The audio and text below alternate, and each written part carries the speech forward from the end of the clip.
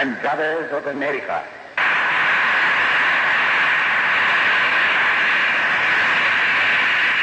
It fills my heart with joy unspeakable to rise in response to the warm and cordial welcome which you have given us. I thank you in the name of the most ancient order of monks in the world. I thank you in the name of the mother of religions. And I thank you in the name of the millions and millions of Hindu people of all classes and sects.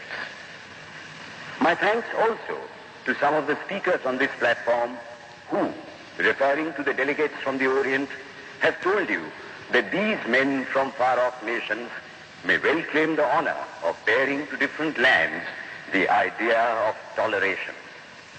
I am proud to belong to a religion which has taught the world both tolerance and universal acceptance.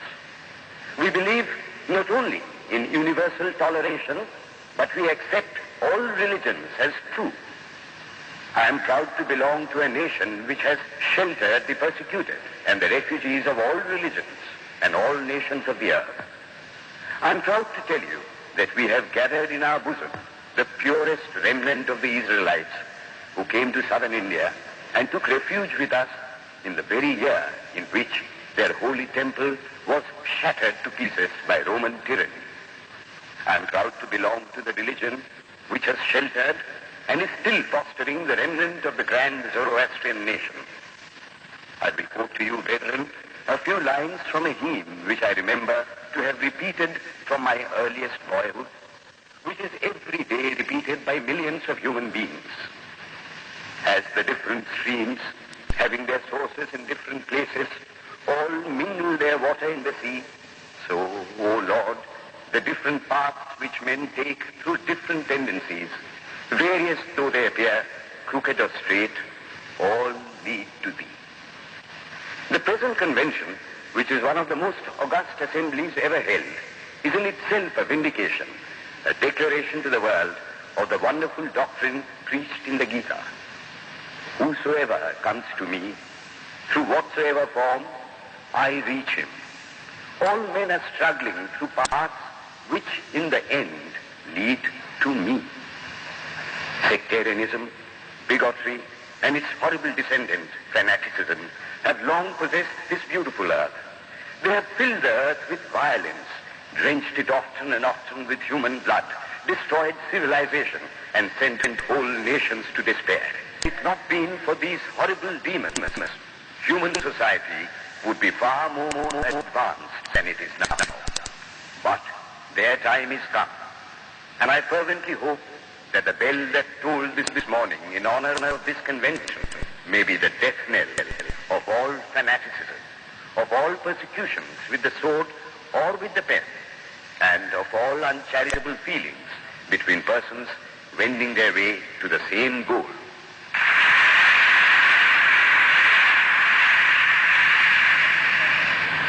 Ladies and gentlemen, on the agenda for today, the 15th of September, 1893, a galaxy of eminent speakers are scheduled to address us, and it gives us great pleasure to once again invite Swami Vivekananda to speak.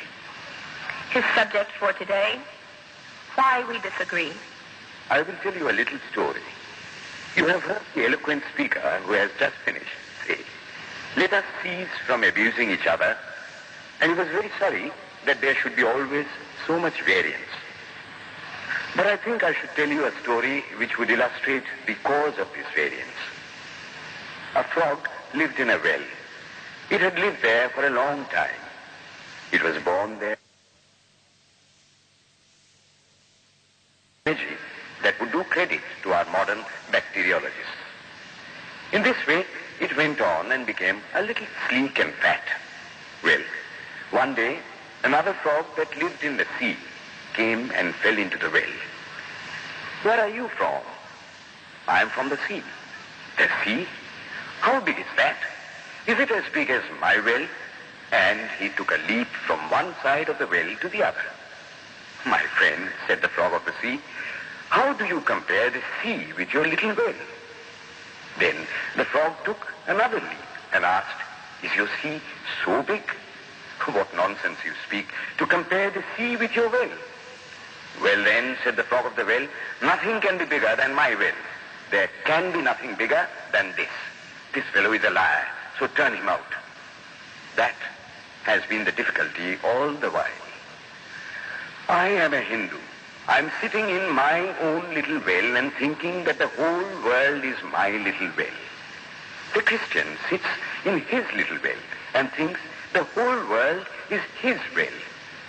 The Mohammedan sits in his little well and thinks that is the whole world.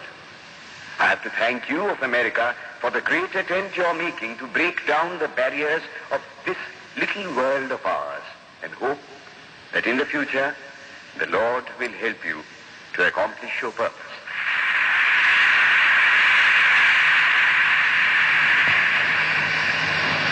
Delegates and friends, today, the 19th of September, 1893, is the 9th day of the World's Parliament of Religions. We have had the privilege of listening to many distinguished speakers from the world over address us on a variety of subjects. The time is at hand to now listen to the great monk from India, Swami Vivekananda, read his paper on Hinduism. Ladies and gentlemen, Swami Vivekananda. From the high spiritual flights of the Vedanta philosophy, of which the latest discoveries of science seem like echoes, to the low ideas of idolatry with its multifarious mythology, the agnosticism of the Buddhists and the atheism of the Jains, each and all have a place in the Hindu's religion. Where then, the question arises, where is the common center to which all these widely diverging radii converge? Where is the common basis upon which all these seemingly hopeless contradictions rest?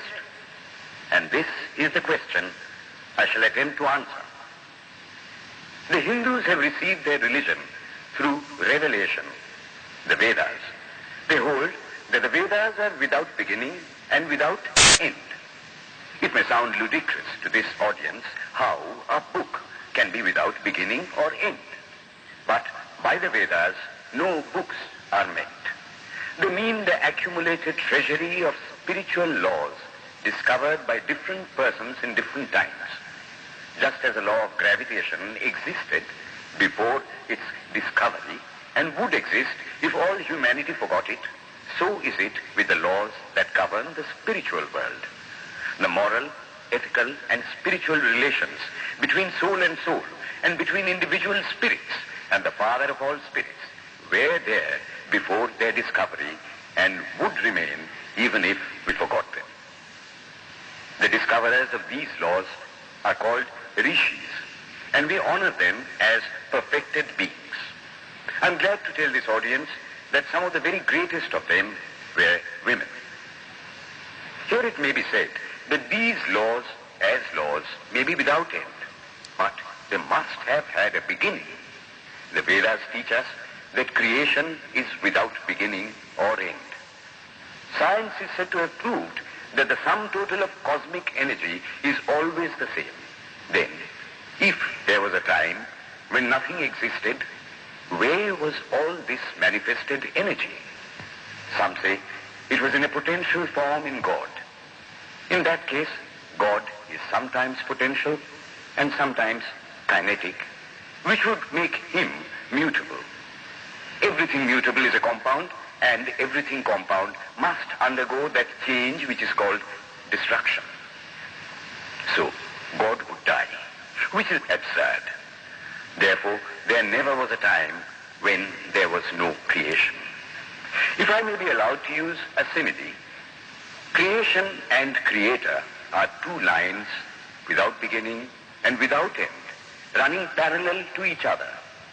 God is the ever-active providence by whose power systems after systems are being evolved out of chaos, made to run for a time and again destroyed. This is what the Brahmin boy repeats every day. The sun and the moon the Lord created like the suns and moons of previous cycles. And this agrees with modern science. Here I stand, and if I shut my eyes and try to conceive my existence, I. What is the idea before me? The idea of a body. Am I then nothing but a combination of material substances? The Vedas declare, no. I am a spirit living in a body. I am not the body. The body will die, but I shall not die. Here am I in this body. It will fall, but I shall go on living. I had also a past. The soul was not created, for creation means a combination, which means a certain future dissolution. If then the soul was created, it must die. Some are born happy, enjoy perfect health with beautiful body, mental vigor, and all wants supplied. Others are born miserable. Some are without hands or feet. Others again are idiots and only drag on a wretched existence. Why, if they are all created, why does a just and merciful God create one happy and another unhappy? Why is he so partial? Nor would it matter in the least to hold that those who are miserable in this life will be happy in a future one. Why should a man be miserable even here in the reign of a just and merciful God? In the second place, the idea of a creator God does not explain the anomaly, but simply expresses the cruel fiat of an all-powerful being. There must have been causes then, before his birth, to make a man miserable, and those were his past actions. Are not all the tendencies of the mind and the body accounted for by inherited aptitude? Here are two parallel lines of existence, one of the mind, the other of matter. If matter and its transformations answer for all that we have, there is no necessity for supposing the existence of a soul. But it cannot be proved that thought has been evolved out of matter. And if a philosophical monism is inevitable, spiritual monism is certainly logical and no less desirable than a materialistic monism. But neither of these is necessary here. We cannot deny that bodies acquire certain tendencies from heredity, but those tendencies only mean the physical configuration through which a peculiar mind alone can act in a peculiar way. There are other tendencies peculiar to a soul caused by his past actions, and a soul with a certain tendency would, by the laws of affinity, take birth in a body which is the fittest instrument for the display of that tendency. This is in accord with science, for science wants to explain everything by habit, and habit is got through repetitions.